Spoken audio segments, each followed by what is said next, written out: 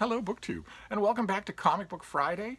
I'm talking about comics for one video on Wednesday and one video on Friday, so if you're not interested in comics, you'll want to switch this off. There's plenty of other videos of mine that you can watch. You are, keep in mind, forbidden from watching anyone else. Okay, it's called SteveTube for a reason. but as sort of a gesture of sympathy because the superhero comic book industry, Marvel and DC Comics, has hit a very rough patch because of the pandemic. Comic book stores are, of course, not essential businesses, so most of them are closed. And Diamond Distributors, the one distributor of superhero comics to those specialty stores, has stopped its business, stopped paying people. So new issues where I would ordinarily I would only impose on you once a week for comics. I would do it on Wednesday for new issues, but new issues haven't happened in a long time, and who knows what the comic book industry will look like when all this is over. It's as many people have pointed out in YouTube videos, for instance, it doesn't take long to remove a habit unless the habit is biochemical. If you're addicted to drugs, it is going to take a long time, and some drugs have been weaponized so that you will never, in fact, stop longing for them, even if you stop taking them. But in terms of just an ordinary habit, those are extremely plastic. It doesn't take long at all to start one, and it doesn't take long at all to stop one. And the worry is that if you go 2 months, 3 months, even longer, telling comic book fans that they can't go to the comic shop every week and get new issues, that when they finally can again, they'll have moved on. That habit the landscape will have changed. That's a terrifying thought for the comic book industry. Did superhero comics in America live for 80 years and then die? That would be amazing to me if that were true. I've had superhero comics my whole life. The idea of there being no new ones would be very, very hard. That would be hard to take. Although I should point out, I agree with what a lot of those YouTube channels have been saying about the plasticity of habit. I should point out, just as an aside, that is actually very good news. Not for the comic book industry, but for you. That is very good news. It means it stresses what I have said many times over the years that we've been having these little chats, which is that you are not a prisoner of your habits at all. You just need the strength of will to see it through until the landscape changes, and the landscape will change very quickly. So let's say you're really, really productive early in the morning, but you just aren't in the habit of seizing that time, of getting up early in the morning and getting started so that you are at your workstation and going by 6, 7. If you're not in the habit of doing that and you change that habit, it's not going to be the burden of what it feels like for the first 2 weeks is going to go away. That's going to be a new habit very quickly. That's actually good news.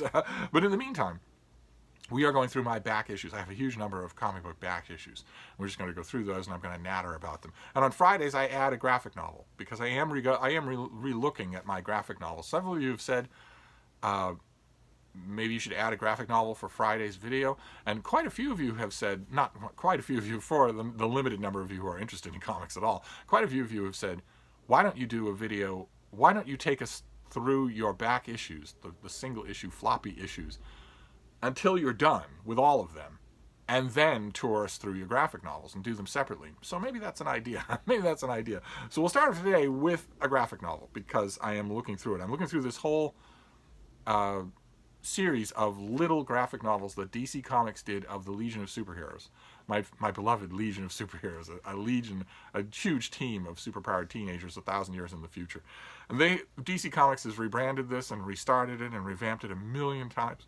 And there are graphic novels of almost every one of those eras, and I have almost every one of those graphic novels. So I just recently started an idea where I'm gonna re-examine the very recent Legion graphic novels and see what I make of them, see which eras of these, what are their strong points, what are their weak points. And this is one that sort of stands aside from the others because this was a mini-series to start with. This is by the great Legion writer Paul Levitz, came back as a 60-year-old, 70-year-old to write the story. And it's drawn by Chris Batista, who is fantastic. I think that Chris Batista is a slow artist. I think that's why I don't see his artwork as often as I would like, but he's fantastic. And this is called Secret Origin. It's just an updated version of the origin of the Legion of Superheroes with great Chris Batista artwork all throughout. He has just a wonderful style. And that's one of the graphic novels that I've been reading lately. I have about 6 of these modern Legion graphic novels. I've been going through them, but then we'll do single issues, and we'll see if we can get this done in under 30 minutes. So what have we got? What have we got? Okay, all right. First is another miniseries. This I don't think has ever been collected, and this is drawn by Devin Grayson and written by Rick Mays. And Rick Mays is great as an artist, just fantastic. And this is Arsenal. Issue 1, 2, 3, and 4. Look at that. That is awesome. Rick Mays does the covers as well. And this is the story of a character known as Speedy. A Green Arrow. The superhero Green Arrow had a gimmick. He was a superhero, a wealthy playboy who decided to fight crime, but he was not Batman. Instead, he assumed the superhero identity of Green Arrow and had a whole bunch of gimmick arrows that he would use to fight crime. Superheroes don't make a whole lot of sense in the bright light of day, even on a freezing cold day in the middle of May. And for some reason, Green Arrow was not shot the first time that he encountered gun-wielding thugs. Instead, he had a career, and it was a good enough career so that he took on a sidekick, Speedy, a teenage boy who also shot arrows at criminals, gimmick arrows at criminals. Needless to say, I never really got Green Arrow. I have a very limited patience with superheroes that are one note regardless of how that note is elaborated on by different authors. The Hulk gets mad. Ant-Man gets small. The Atom gets small. The Flash runs fast. And Green Arrow arrows. And I know that's being simplistic because Green Arrow himself has been done very well by different writers over the years that in runs that I have loved. Maybe it's just that I'm not that big a fan of the character. And needless to say, not at all a fan of Speedy. Speedy was only interesting for one particular comic book footnote in comic book history, as far as I'm concerned. And that it will be known to some of you comic book fans that a writer in the 1970s got permission from his editors at DC Comics to make Speedy a drug addict. And there's a famous Neil Adams cover where Green Arrow walks in on Speedy shooting up. And that made him briefly interesting. But I think that the whole point of that story was to retire the idea of this character, who was one of the founding members of the Teen Titans, but was increasingly silly. And that didn't happen. Instead, the character went through one permutation after another. In fact, I don't even know what the character's current superhero name is. He was Red Arrow for a long time. He was Arsenal for a long time. I have no idea if this character is in continuity now, and if so, what he is in continuity now. But this is a series where Rick Mays just openly makes him extremely sexy. And in this 4-part series, he fights Vandal Savage. That big guy is Vandal Savage. DC's a bad guy in the DC continuity who is just immortal. That's his only superpower, but that gives him a lot of advantages. He's usually terrifically done. In this miniseries, he's terrifically done. And I don't think this Arsenal miniseries was ever collected into a volume. And that's why I hold on to them. That's why I hold on to them, because I don't know that I'd find them otherwise. And they are terrific. They are really, really good. What have we... Oh, man. Oh, man. Okay. All right. This is one of my favorite single comic books ever made. I've mentioned before on this back issue trek that we're doing that Marvel had a title for a long time called Marvel Fanfare. It was an ongoing title, but it was no ongoing continuity. It was one-shots, it was pin-ups, it was 2-parters that couldn't be wedged into the continuity of any particular comic. It was a trial ground for a lot of writers and artists and all sorts of other stuff like that. It was a clearinghouse for extra work at Marvel Comics. And as such, it was an extremely occasional buy for me.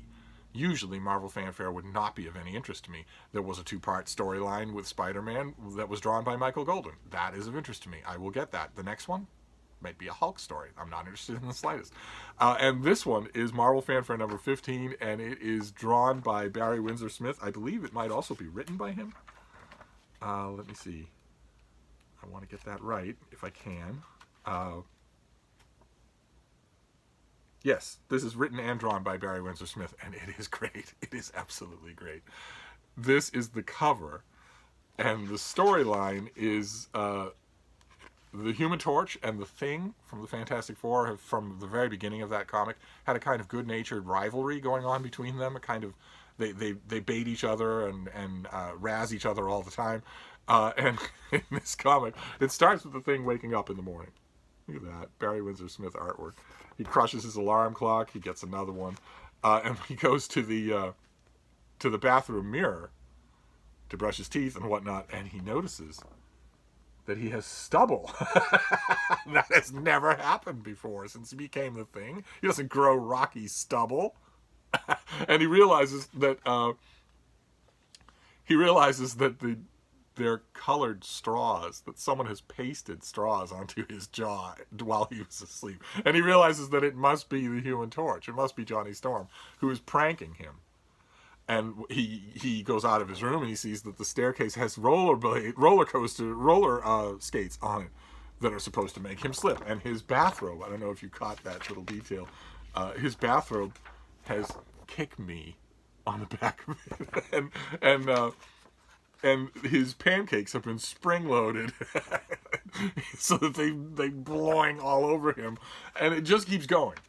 There's one prank after another, and it finally ends with Johnny Storm revealing himself. April Fool! And then you get the kicker.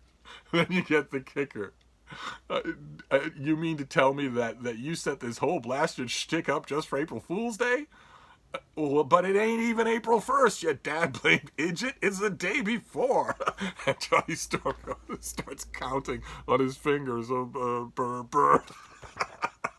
Well, heck, well, forget about it. And Ben Grimm has the perfect line. It occurs earlier in the issue here. Let me find it here because it's just great. It's so perfect. Yeah, here we go.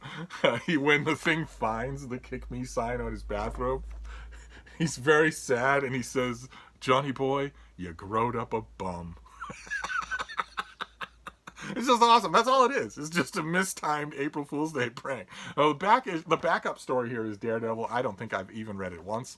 I certainly haven't revisited it, but I revisit this thing all the time, and you can see why I would keep it.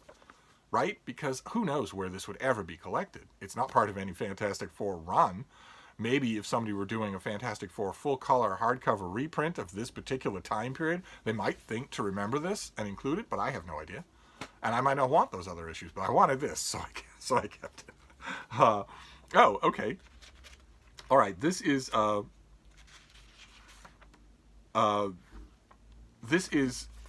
drew this? Well, I know who drew it, but who wrote it? J. Michael Straczynski with a script by Fiona Avery. But the main point for me is that it's drawn by John Romita Jr. This is Spider-Man number 504. And this is a two-part story in which he teams up with Loki, Thor's half-brother, the villain of the Marvel Comics universe. And it's drawn by John Romita Jr., which is just incredible. Let me get you a good... Yeah, look at that. Amazing. John Romita Jr. Draws a fantastic Spider-Man, and it's completely distinct from the great Spider-Man that was drawn by his father, John Romita Sr. And this is a fantastic storyline, and one of the things that I most liked about it is that Loki is not portrayed as just a simple villain. He's just this guy, and he's not nearly as likable as Thor, but he is every bit as inhuman. There is another villain there's an actual villain in the issue. Thor and Spider-Man and Loki are sort of marginally forced to team up, but there's not any kind of the bright shining moral absolutism of the Stan Lee years where Spider-Man would say, "Oh no, you are a villain, I must fight you." Instead, he has no beef with Loki. Loki hasn't done anything wrong, particularly just yet. The Spider-Man presumably doesn't know about all the times that Loki has tried to conquer Earth from Asgard. So instead, we get this great moment. This is, in fact, why I saved the issue. This great moment of them just sitting on a rooftop eating hot dogs in New York. And trying to understand each other. And at one point, there's a great moment here. At one point, Loki holds up his hot dog to Spider-Man and says, "What are the green bits?" And Spider-Man says, "No one knows." Awesome stuff. Awesome stuff. Oh my. Oh, goodness gracious. No. Okay. All right. I'm only seeing one issue here, and I don't know why, because I know I have lots of these somewhere. Oh my. Okay. Wow. All right, this is taking me back. This is going to be the 1980s, 1984, when all the world made sense. This is the first issue. This is not Marvel or DC. This is Fantagraphics. This is the first issue of Dalgota. Dogs in space. An alien comes to Earth who looks just like a dog. Naturally, I got this. And it's weird. Who does the artwork here? Dennis Fujitake does the artwork, and it's very strange. It's not the usual comic book, or not superhero comics at all. And I have the rest of Dalgota somewhere. What have we got here? This is not a. Oh wow! Look at this. Oh wow! All right, so this is from, I don't even know. This must be the 1980s. This is just pulled out. This ought to be in my journal. This should not be with comic books. This will get wrinkled. This is, I pulled this out and saved it. This is from, there used to be a trade magazine for comic books called Amazing Heroes. Gave you interviews with creators. It gave you previews of upcoming issues, little boxes, descriptions of them. And the glory of every issue of Amazing Heroes was the reviews in the back. The reviews are incredible. Just amazing. They could get such good people to just, and there was no, right now the comic book media, a large part of it is very access driven, like everything else in the 21st century. So the people in these comic book media sites have to prove that they can play ball. And if they don't prove that, they don't get advanced copies, they don't get screeners, they don't get invited to events, they don't get interviews, they get put on a list of people who don't play ball. And as a result, a lot of comic book journalism, if you want to call it that, in 2020 is extremely soft palate. It's just one namby-pamby little weak question after another, and all the reviews are positive. And that's annoying. That does nobody any good. And Amazing Heroes was not like that. They were perfectly willing to play ball with the industry in the front half of the magazine. The reviews in the back were no holds barred. Their long review of Crisis on Infinite Earths was a joy to behold. And there are many, many others where they just ripped things to shred if they didn't work. And this is Gerard Jones reviewing the entire revamp of Superman. So you have Superman #1, The Adventures of Superman #1. He just reviews them all. When Superman was rebooted after Crisis on Infinite Earths, he was given a few new comics that started at issue #1, and he rips them to shreds. It's just so beautiful to read. Even the parts that I don't agree with. He makes some criticisms that I don't think are valid. It was still enormous fun. He just rips them to shreds. But I shouldn't have this with these issues. I should save this as a document somewhere. Okay. All right, these next ones are a character that we have seen before, a large number of them. This is Nexus. So what do we have here? We have Alien Justice, number 1, 2, and 3 of 3. Okay, so there's a finished miniseries. That doesn't often happen. Mike Barron and Steve Rude. These are painted covers. There is Nexus. And that's issue #1, and then issue #2. Look at that. Look at how beautiful that is. Oh my. And then issue #3, where the aliens depart from Wylam. And you've got the Steve Rude artwork all throughout that is just amazing. So detailed and so kinetic. So amazingly good. And once again, as I said last time, I really need to, when I'm done with all this, I really need to take a moment and put all of these things together. All of Dalgota together. All my Avengers together. Everything of Legion together. All of Nexus together. That really needs to happen. This doesn't do anybody any good here. Then we have Nexus, The Wages of Sin. This is #1 through 4. I think we saw a couple of others in this. I'm not really sure. There's the character Vooper. He doesn't always. That's Super Vooper. He ordinarily looks like this. He ordinarily looks just a small, mouthy man in a top coat, in a top hat, very much modeled on Ross Perot, who will be a figure from American political history that most of you don't know anymore, thankfully. These are so good. But they're not going to make any sense. I should reread all of Nexus, but I'm not going to do that piecemeal. And then we have, I think this was a one-shot of Mike Barron and Steve Rude doing the origin of Nexus. Now, they did this before. They've teamed up, first in black and white and then in color over the course of 30 years, to tell Nexus's origin story many times. This is, I think, the most recent such one, and it is just beautiful. It's the whole story of Nexus's family, of his, oh, look at this artwork. It's so lovely. Oh, my. Just gorgeous. Oh, my. And Nexus. This tells how Nexus became Nexus, how he became the killer of mass murderers, whose dreams inform him of where his victims are and what their crimes are. And then his superpowers allow him to go hunt them down and blast them to smithereens. And this is a great panel like that, where his force beam completely avoids the innocent woman and blasts apart the victim that he was headed for. And there's the back cover there. And his dreams are a torment to him. They make him. He's not acting exclusively out of a moral imperative. His dreams will torment him into madness if he doesn't follow their directives. And so, as he says to a number of people in the course of his decades of adventures, believe it or not, I'm acting in self-defense. And boy, oh boy, the issues are just terrific. I should put all my Legion stuff together. Oh my, oh goodness gracious. All right, well, here we go. I mentioned Crisis on Infinite Earths. Amazing Heroes ripped it to shreds, and Superman was relaunched after it. What it was a big mini-series event that DC Comics did. Someone at DC Comics on the editorial side decided our history is too complex. Too many characters, too many different alternate rules. We need to fix it. We need to have a big event in which we fix it. And so they did. They did an event called Crisis on Infinite Earths, where all of the many alternate Earths that allow the huge imaginative ecosystem of DC Comics are shrunken to one world and one continuity. And that Crisis on Infinite Earths was written by Marv Wolfman. It was drawn by George Perez, and it came out as a monthly miniseries. This is number 8, and this is number 11. And in number 11, one world is reborn. After all of that fuss, one world is reborn. And it turns out that some of the characters understand, some of the characters remember what happened, the crisis that happened, the battle that was fought against a major supervillain, and some of them don't.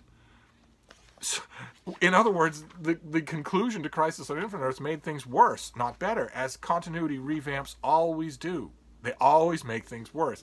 Company executives should never greenlight such things. Comic book professionals, 2 of whom are watching this video, should never agree to work on them. Don't have your name associated with this stuff, no matter how it sells. It's a bad idea. Comic book fans can handle a confused continuity, especially if a creator comes along and does a great job with it anyway. Crisis on Infinite Earths only made things worse. By the time you got to issue 12, you had a reality in which some people remembered that there had once been 80 million alternate realities, and some people didn't. And you had to keep in mind who those people were, and whether or not they'd ever had adventures, and whether or not they ever needed new ones or new continuity. You knew fans coming onto DC a year after Crisis on Infinite Earths would find it mentioned in footnotes 8 times in every issue. How confusing is that? A lot more confusing than the mess that had gone before it. But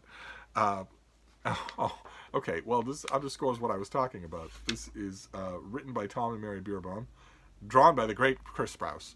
Chris Sprouse can do no wrong. And this is Legionnaires. This is issue number 6. There's a Chris Sprouse cover. He decided to do a fold-out cover for the first 6 issues, I think, that if you put all the covers together, you get one big action scene. But his interior artwork is just amazing. Very, very cartoony, but he's a real gift for Legion faces, for making the action really intimate instead of just bland. And the Legionnaires sprang from Tom and Mary Bierbaum's. I'm just checking to see if I have a letter in here. That might be why I saved this. If I have a letter in here, it doesn't look like I do.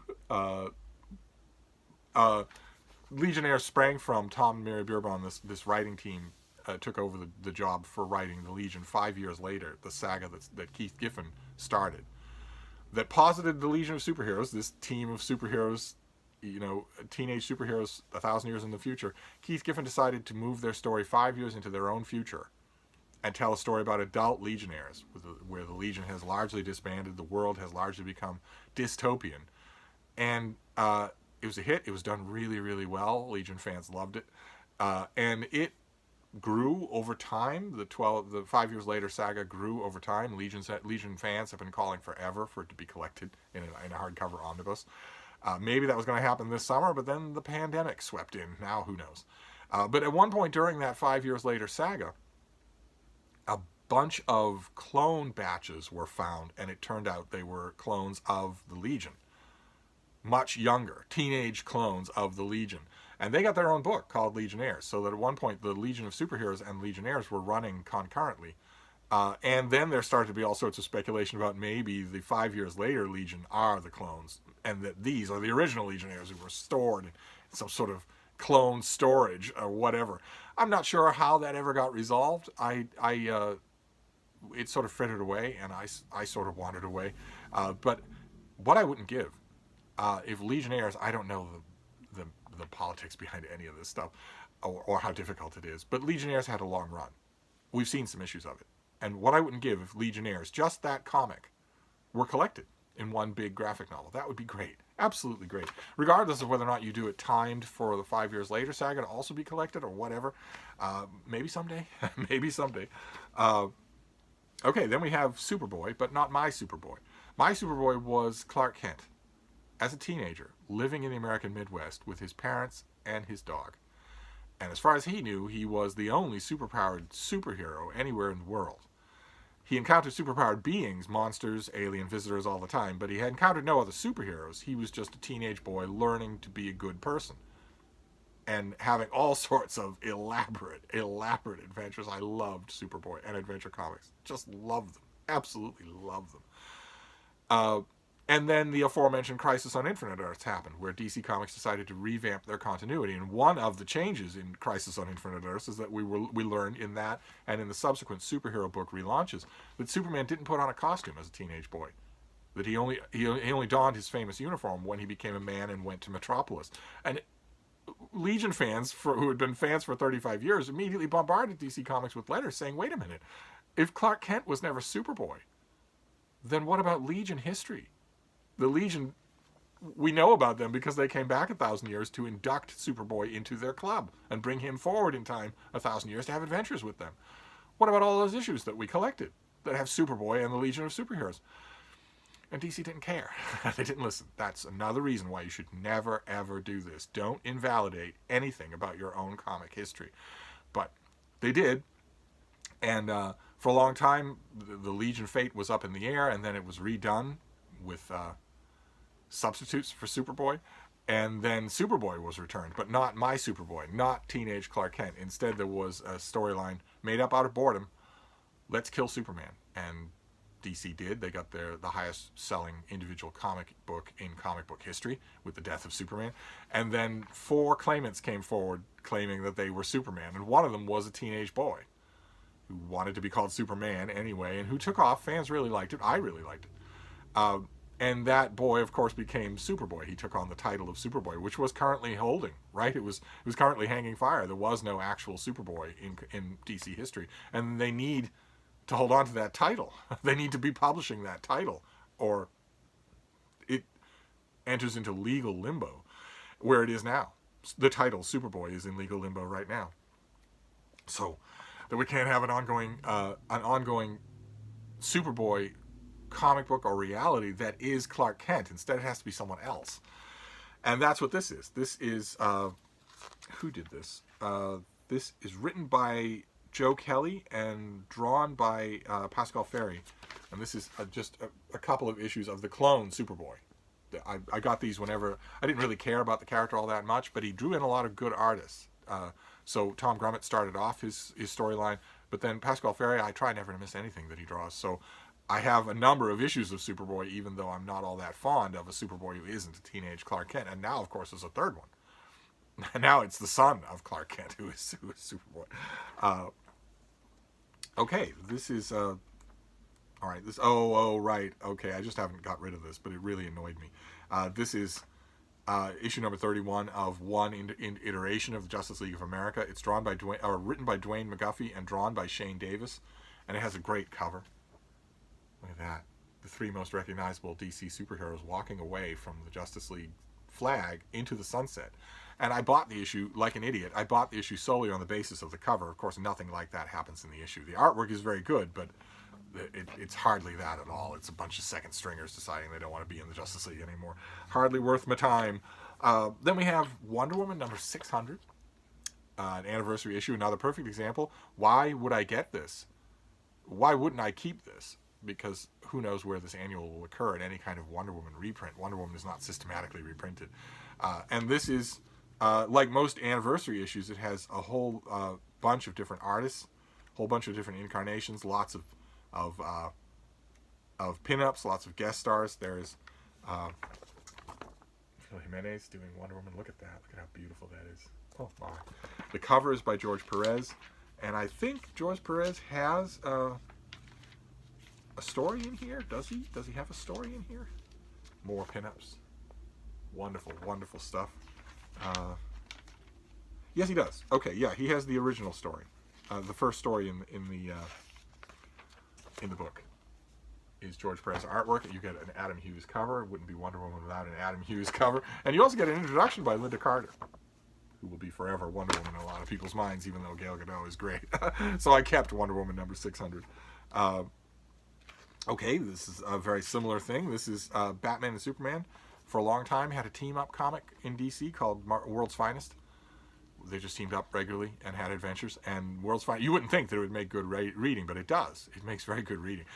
Batman, Superman, and Robin teamed up in World's Finest forever and ever. And it was a really popular title. And then it went to abeyance and went away, and there were continuity revamps, and there was a time when Batman and Superman weren't friends. And then eventually DC decided to have them team up again in Batman, Superman. No World's Finest. They didn't call it that. I don't know why. And I got issue number 50 of this. I got issue number 50 of Batman, Superman. Mainly because it has all sorts of guest stars and big storylines, all sorts of great artwork. And again, I didn't collect Batman, Superman, even though I'm a big fan of Superman. I didn't really follow it exclusively, so I would need this issue. I would no idea where it would occur in a collection. Okay, this is also a miniseries, another miniseries. This is written by Jeff Johns and drawn by Gary Frank, and it is called, the miniseries was Superman's Secret Origin, which purported in the course of 6 issues to tell a new revamped version of Superman's origin. And the reason why I was drawn to this particular issue is because it reintroduces not only the Legion, but Clark Kent dressing as Superman as a teenager. And that is awesome. I had been waiting a long time for that to be, look at that. Terrific. I'm not a big fan of Gary Frank's artwork, but I'll take it. I'll take it, absolutely. When he does iconic stuff like this, I'll take it. And this revamped a lot. I mean, here we have the Legion coming to Smallville to meet Clark Kent. Here we have a revamped continuity in which Clark Kent and Lois and Lex Luthor were relatively friends in Smallville. That had gone out the window for a long time. So it was a return to a whole bunch of basic stuff that I liked. I don't think any of it is true anymore. The continuity keeps revamping. So who knows? Who knows? And I don't think I have the rest of Jeff Johns' Superman Secret Origin. I don't think I have that as a graphic novel. I should check and see. I'm sure it's been collected because he's a huge name. Okay, all right. And then this last one is something that I do have as a collection. This was written by Alan Heinberg and drawn by the great Jim Cheung, who's a fantastic artist, just incredible. And it is Young Avengers. I have all of the issues of Young Avengers that have Jim Cheung artwork because his artwork is just incredible. Let me get you. There's a big double-page spread in here that is well worth the price of admission all by itself. Where have we gone here? I think it's right at the beginning. Yeah, look at that. Incredible. Oh my. This issue of Young Avengers is number 12. It's all by itself. I don't know why. I would need to find the rest of the issues and put it together, but I really enjoy. I can stare at his artwork all day long. But I've enjoyed some of the Young Avengers storylines as well.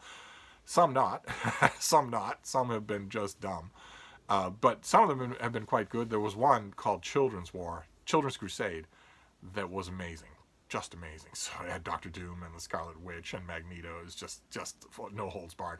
I have that graphic novel somewhere along with the collected Jim Cheung Young Avengers.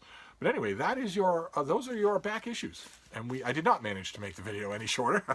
Sorry about that. Maybe next time. I'll wrap this up. But I'll be back. Thank you, BookTube.